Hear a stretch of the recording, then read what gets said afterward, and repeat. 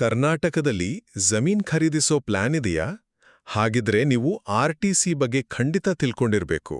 ಬನ್ನಿ, ಇದರ ಬಗ್ಗೆ ಒಂದು ಕ್ವಿಕ್ ಆಗಿ ನೋಡೋಣ. ಸಿಂಪಲ್ ಆಗಿ ಹೇಳೋದಾದ್ರೆ, ಆರ್.ಟಿ.ಸಿ. ಅನ್ನೋದು ಒಂದು ಗೌರ್ಮೆಂಟ್ ಡಾಕ್ಯುಮೆಂಟ್.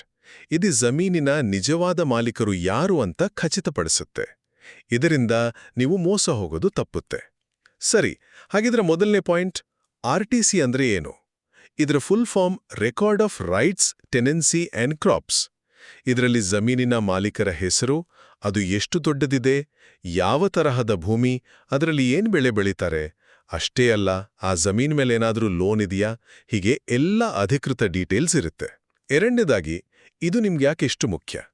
ಯಾಕಂದ್ರೆ ನೀವು ಸರಿಯಾದ ವ್ಯಕ್ತಿಯಿಂದಲೇ ಜಮೀನು ಕೊಳ್ಳುತ್ತಿದ್ದೀರಾ ಅಂತ ಇದು ಗ್ಯಾರಂಟಿ ಕೊಡುತ್ತೆ.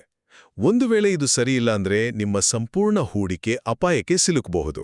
ಸೊ ಇದು ನಿಮ್ಮನ್ನ ಒಂದು ದೊಡ್ಡ ನಷ್ಟದಿಂದ ಕಾಪಾಡುತ್ತೆ. ಇನ್ನೂ ಮೂರನೇದು ಮತ್ತು ತುಂಬಾನೇ ಮುಖ್ಯವಾದದ್ದು, ಇದನ್ನ ಪಡೆಯೋದು ಹೇಗೆ? ನೀವು ನೇರವಾಗಿ ಸ್ಥಳೀಯ ಕಂದಾಯ ಕಚೇರಿಗೆ ಹೋಗ್ಬೋದು, ಅಥವಾ ಆನ್ಲೈನ್ನಲ್ಲಿ ಕರ್ನಾಟಕ ಸರ್ಕಾರದ ಭೂಮಿ ಪೋರ್ಟಲಿಂದ ಕೂಡ ಡೌನ್ಲೋಡ್ ಮಾಡ್ಕೋಬೋದು. ಆದ್ರೆ ಇಲ್ಲೊಂದು ಎಚ್ಚರಿಕೆ, ಮಾರಾಟಗಾರರು ಕೊಟ್ಟ ಹಳೆ ಅಥವಾ ನಕಲಿ ಪ್ರತಿಯನ್ನು ನಂಬಲೇಬೇಡಿ. ವಂಚನೆ ಆಗೋದೇ ಇಲ್ಲಿ. ಯಾವಾಗ್ಲೂ ನೀವೇ ಭೂಮಿ ಪೋರ್ಟಲ್ನಲ್ಲಿರೋ ಹೊಸ ಪ್ರತಿಯೊಂದಿಗೆ ಹೋಲಿಸಿ ನೋಡಿ. ಈ ಒಂದು ಸಣ್ಣ ಹೆಜ್ಜೆ ನಿಮ್ಮ ಲಕ್ಷಾಂತರ ರೂಪಾಯಿಗಳನ್ನು ಉಳಿಸಬಹುದು.